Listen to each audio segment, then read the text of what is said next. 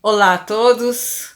Estamos aqui na nossa Escola Bíblica Dominical, na Igreja Batista Bíblica em Valparaíso, na nossa classe Esther, para dar continuidade ao nosso estudo sobre a adoração a Deus. Vamos orar para que o Espírito Santo fale conosco. Senhor Deus, muito obrigado, Senhor, porque nós estamos aqui. Obrigado, Senhor, pela liberdade que temos de abrir a Tua palavra, de aprender de Ti. E vem estar conosco agora, Senhor. Que o Teu Espírito fale, Senhor, ao coração de cada um de nós, Senhor, nos trazendo, Senhor, compreensão real da Tua palavra, Senhor, e nos tornando, Senhor, verdadeiros adoradores, Pai. É isso que eu te peço, em nome de Jesus. Amém. Bem, nós estamos na nossa 10ª lição sobre o livro de John MacArthur, A Essência da Verdadeira Adoração. E a semana passada nós estivemos falando sobre o encontro de Jesus com a mulher samaritana e o desejo de Jesus de torná-la uma verdadeira adoradora. E em algumas lições nós vamos estar percorrendo essa história e aprendendo mais sobre a adoração. O que nós vimos nesse encontro da mulher com Jesus é que encontrar-se com Jesus teve um impacto sobre a sua vida. Ela se reconheceu pecadora. Ela se surpreendeu de ver o quanto Jesus a conhecia.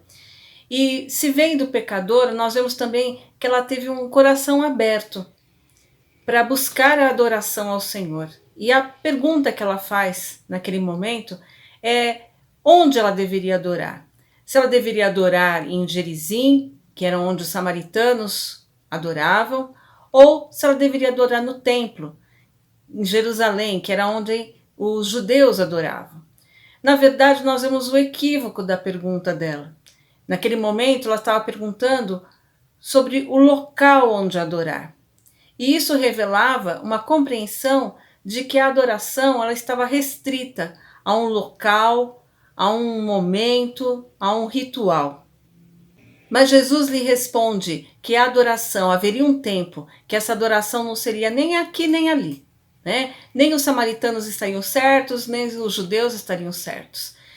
A adoração, portanto, é algo que não se restringe a um local determinado, a um tempo determinado, a um ritual, né, que é oferecido, uma forma estabelecida de rito, que é esse que vai fazer a adoração. E isso não estava, infelizmente, somente na mente da samaritana.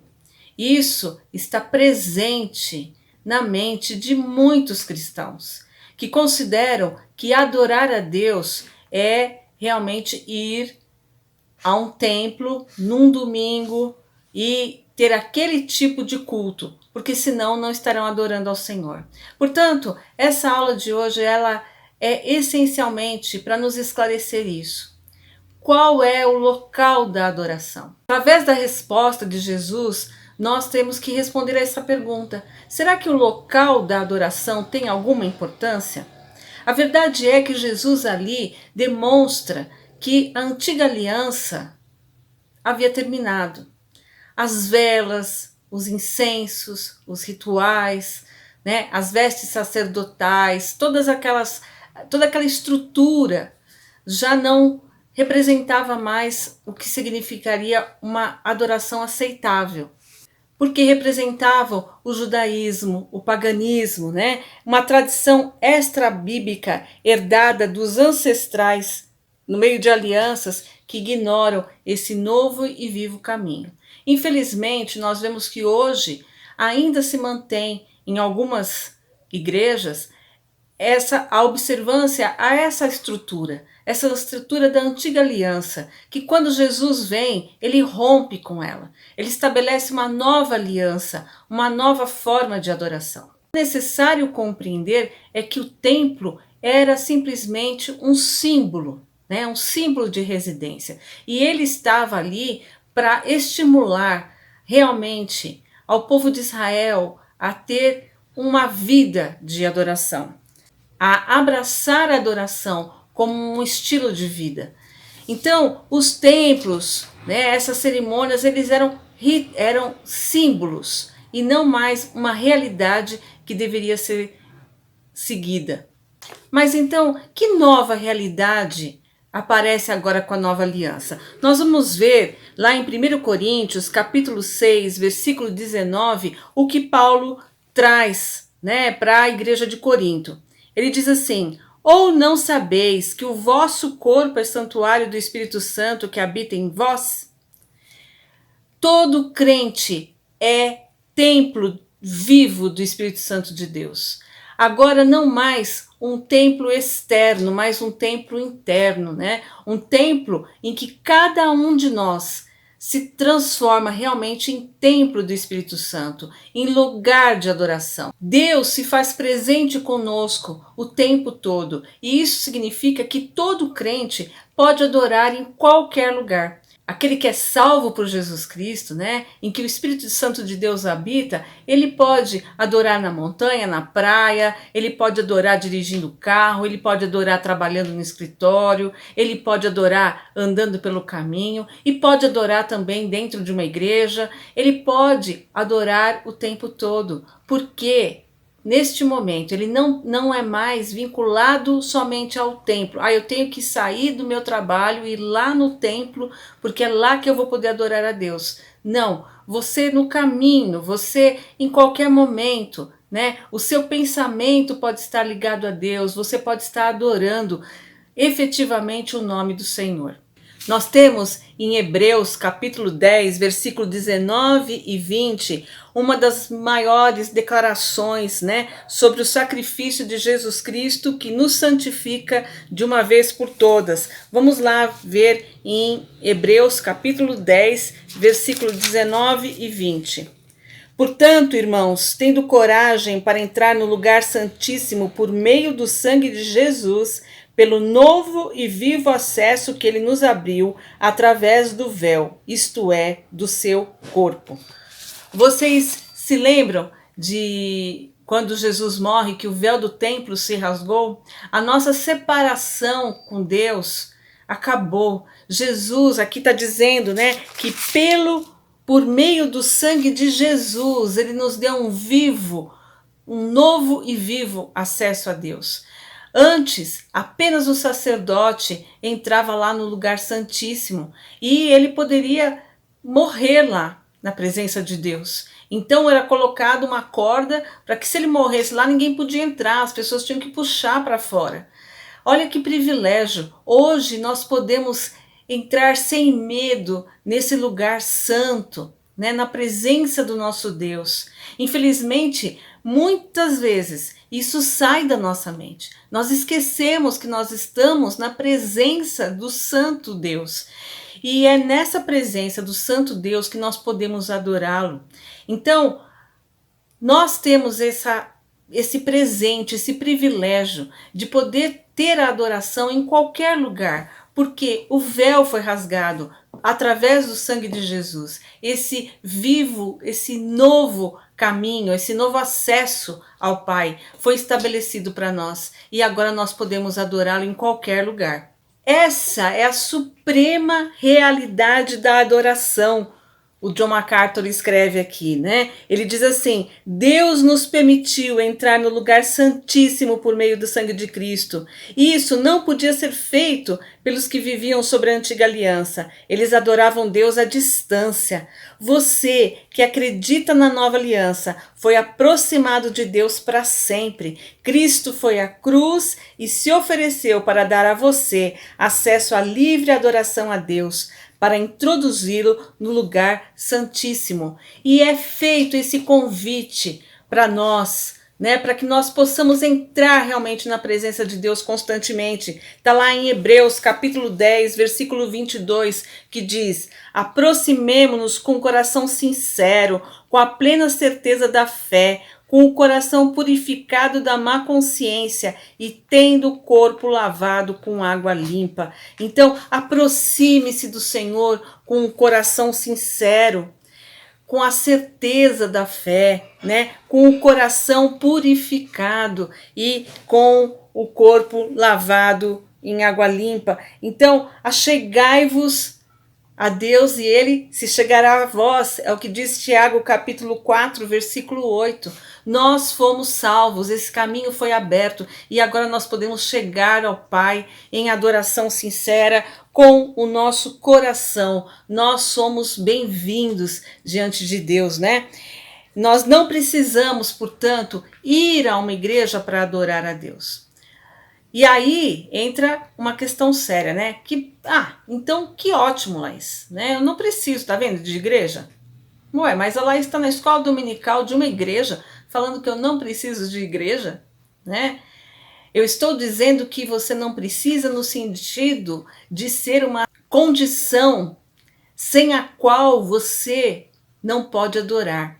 Ai, olha, se você não estiver numa igreja, você não pode adorar. Mas o sentido de irmos à igreja, ele é diferente, né? Hebreus 10 continua no versículo 24 e 25 dizendo: pensemos em como nos estimular uns aos outros ao amor e às boas obras. Não abandonemos a prática de nos reunir, como é costume de alguns, mas pelo contrário, animemo-nos uns aos outros, quanto mais vede que o dia se aproxima. Você não precisa da igreja como um espaço, como uma condição para adorar.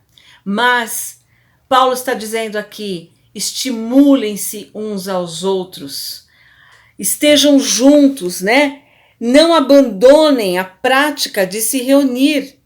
Estimulem uns aos outros ao amor e às boas obras.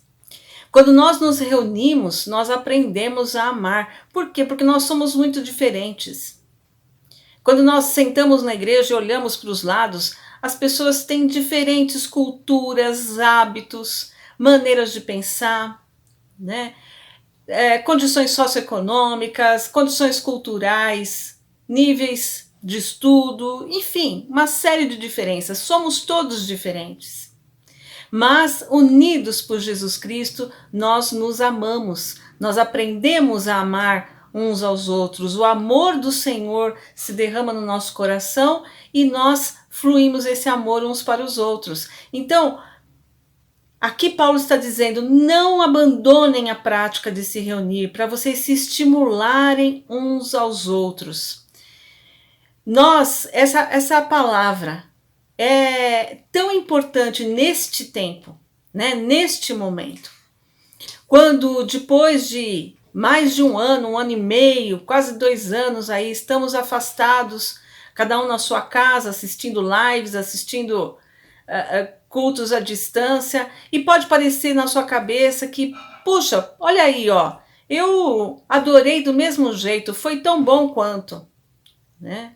Mas essa não é a realidade. Aqui está dizendo, não abandonem a prática de se reunir. Se reunir virtualmente não é se reunir. Se reunir virtualmente, quando você pode desligar, quando você pode, né? Talvez você diga, mas eu posso me comunicar com as pessoas pelo WhatsApp. O WhatsApp, tem uma conversa selecionada, né? Algumas pessoas até desativam lá, para ninguém saber nem se eu li ou não li a mensagem. Então, assim, eu posso escolher, eu nem vi que você mandou, né? Mas quando nós estamos reunidos e a pessoa se aproxima de nós, nós precisamos reagir àquela aproximação, né? E ali o Espírito fala com a gente, se a gente está querendo, não está querendo, por que não está querendo, né? Então, a prática da reunião da igreja é outra conversa. O que nós estamos falando aqui é de condição para adoração. E, na verdade, Jesus está dizendo para ela, não é no templo, é no seu coração. Você é um templo vivo. É ali que se processa a adoração.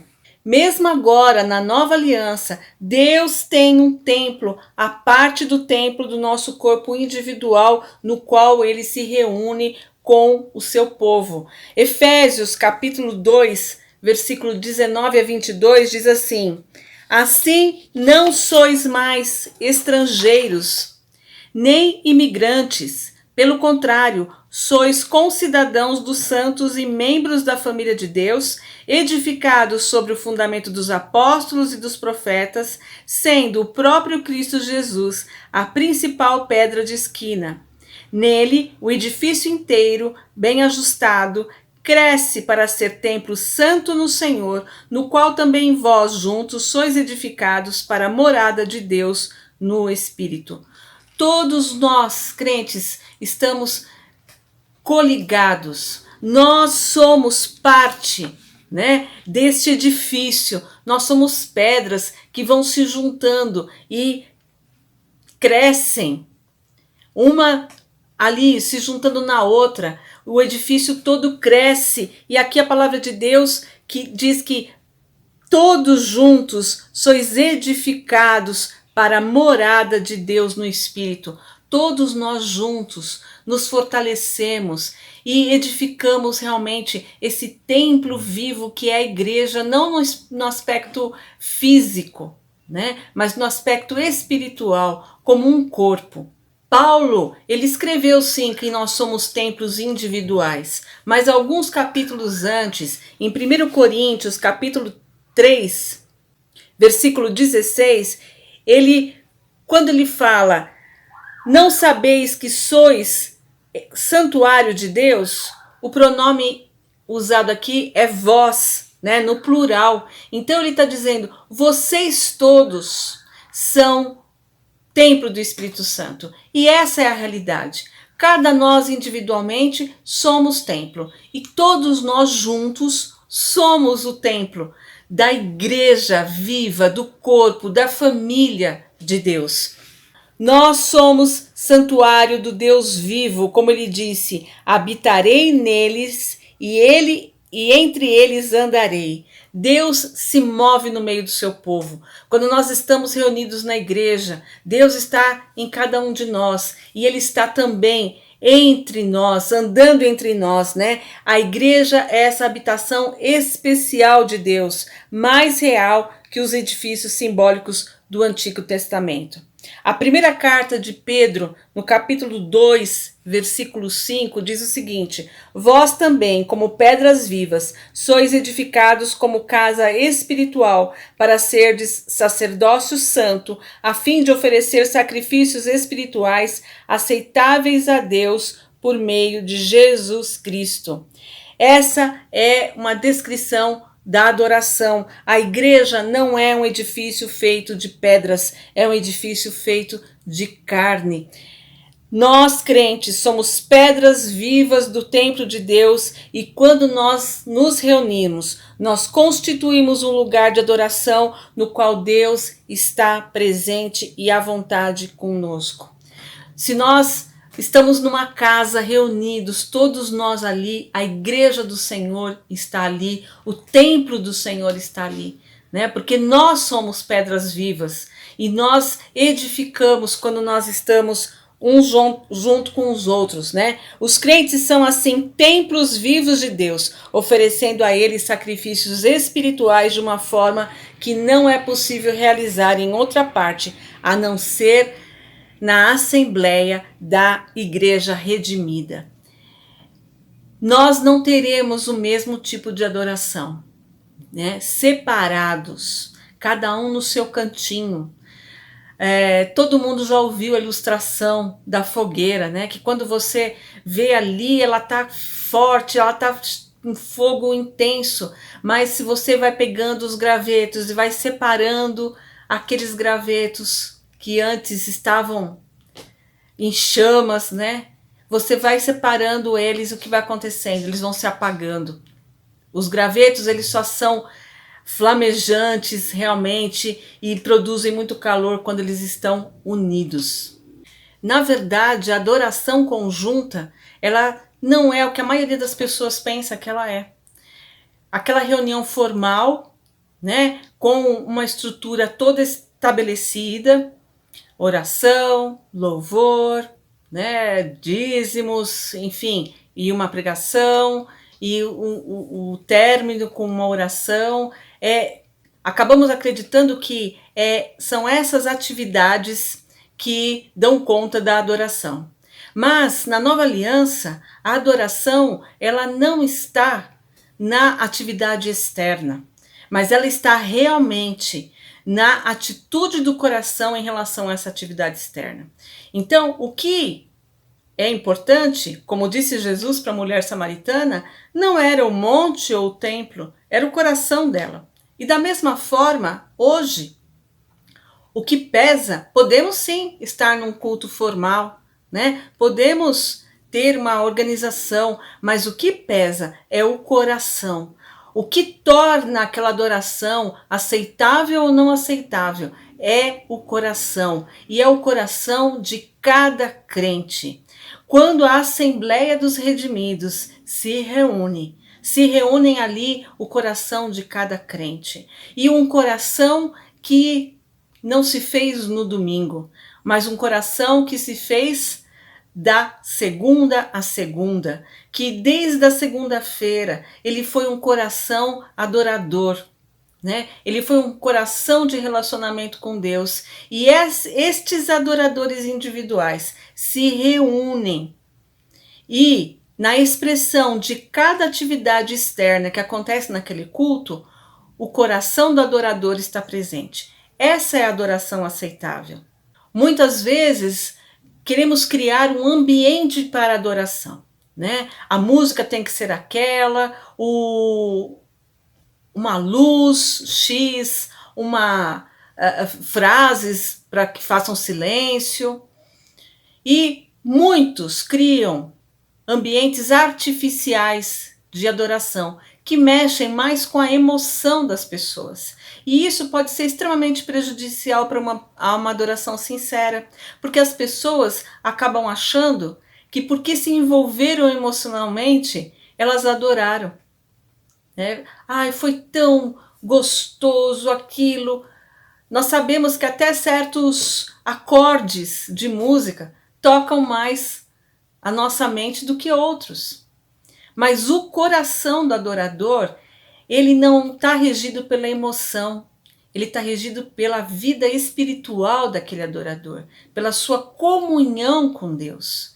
Não importa se é uma música clássica e linda no piano, né? Ou se é uma música mais animada, mais pesada. O que importa é como que o seu coração, a sua intimidade com Deus, entrou naquele lugar, se reuniu com os demais irmãos. E nós temos que saber que a nossa vida espiritual, o nosso coração adorador, ele afeta a adoração da igreja como um todo. Como corpo, um depende do outro. É a mesma coisa do pecado de Acã. Ele contamina tudo. E a adoração, quando ela não é real, do coração, ela contamina a adoração da igreja. Nós temos que tomar cuidado quando a gente diz: eu preciso desse tipo de música, ou eu preciso desse tipo de ambiente para adorar a Deus. Porque se não for assim, se você depende de um determinado tipo de música para adorar a Deus, ou de um determinado tipo, né, de ritual, isso não é adoração. O que você precisa é de uma intimidade com Deus, para que essa intimidade com Deus que você construiu, ela se reflita, né, na sua adoração, no seu louvor, na sua prostração diante daquele que é o seu Senhor. Nós, como crentes, somos responsáveis perante o resto da igreja por manter um estilo de vida consistente de adoração autêntica e aceitável. Nós somos responsáveis. Talvez você diga: essa igreja é fraca, essa igreja não produz. O fundamental é que você olhe para você mesmo e diga o quanto a sua vida tem contribuído para que essa igreja seja uma igreja forte, uma igreja adoradora, uma igreja de serviço, uma igreja de testemunho, uma igreja de prazer em aprender da palavra de Deus. O quanto a sua vida tem sido um veículo para que a igreja como um todo seja assim. Essa que é a questão. Então a adoração, ela envolve o individual e o coletivo. Eu preciso do coletivo para edificar a mim mesma, para poder ser estimulada, e o coletivo precisa de mim individualmente para estimular, né, uns aos outros. E aí, mais uma vez, John MacArthur vem com um texto muito forte e que eu quero ler para vocês. Ele diz o seguinte: quando os redimidos se reúnem, corações transbordando de louvor, cultivado por estilos de vida de adoração pura e aceitável, toda a congregação é mutuamente estimulada a adorar a Deus. Deve haver uma explosão, um transbordamento de verdadeiro louvor e sincera adoração, porque o que foi desfrutado individualmente é expresso depois, enriquecido e aprimorado quando levado à alegria da assembleia. Percebem isso? Aquilo que foi desfrutado individualmente é levado para os outros e lá é aprimorado por tudo que os outros também estão levando, né? Os resultados são poderosos. Por que você vai à igreja? Quando você se reúne com os santos é realmente para adorar? Ou você vai à igreja pelo que pode extrair dela? Você critica o solista, o coral, a mensagem do pastor? Durante muito tempo fomos condicionados a pensar que a igreja serve para nos entreter. Não é esse o caso. Sharon Kierkegaard disse: as pessoas imaginam que o pregador é um ator num palco e que elas são os críticos, repreendendo ou elogiando o desempenho. O que elas não sabem é que elas são os atores sobre o palco. O pastor é meramente o que dita o ponto em voz baixa nos bastidores, lembrando-as das falas esquecidas. O pastor falando lá é o ponto, né? Ele vai te lembrando daquilo que Deus está falando com você e que você deve estar falando para Deus. Deus é a plateia. Não é incomum ouvir alguém dizer: eu não recebi nada da igreja. Minha resposta é: o que você deu a Deus? Quanto seu coração estava preparado para dar? Se você vai à igreja egoisticamente para buscar uma bênção, você perdeu o propósito da adoração. Nós vamos para dar glória, não para conseguir bênção.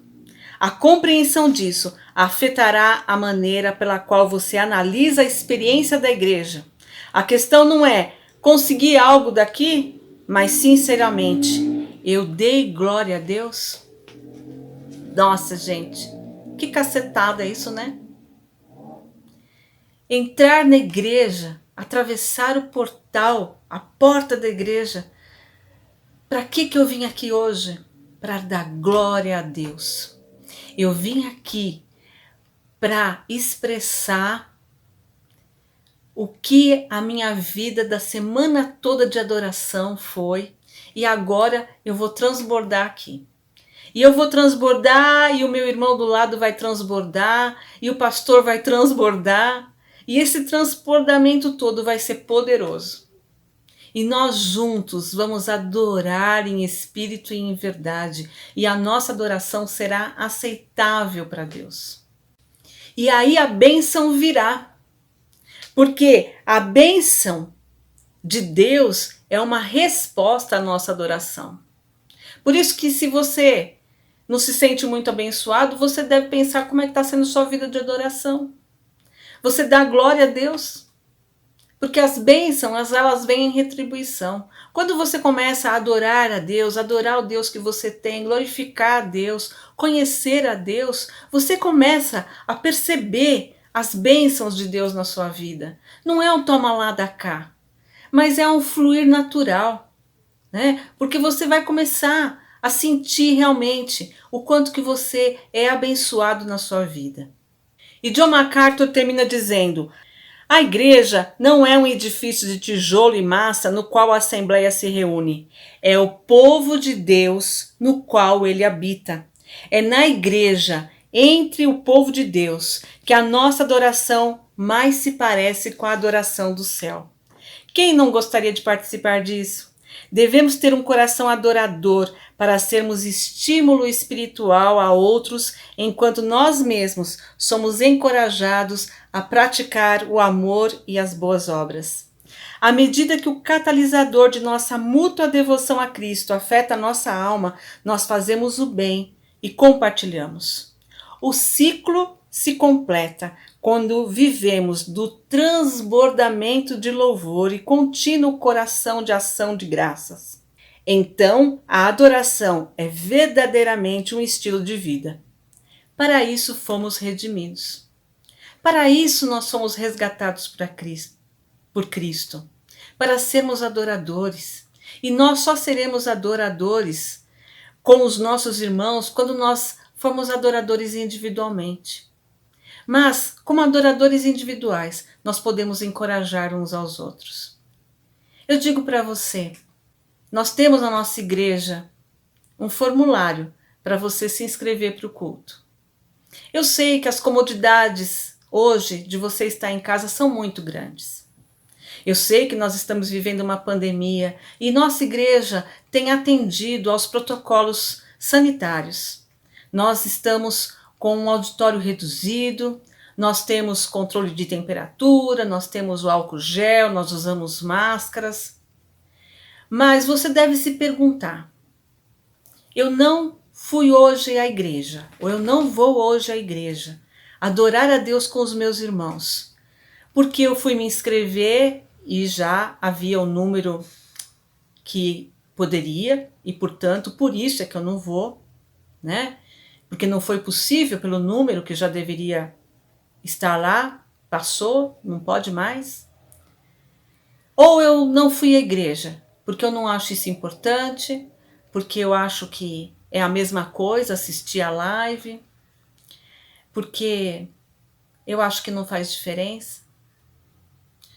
Coloque-se de joelho e diga: sonda-me, Senhor. Olha para o meu coração.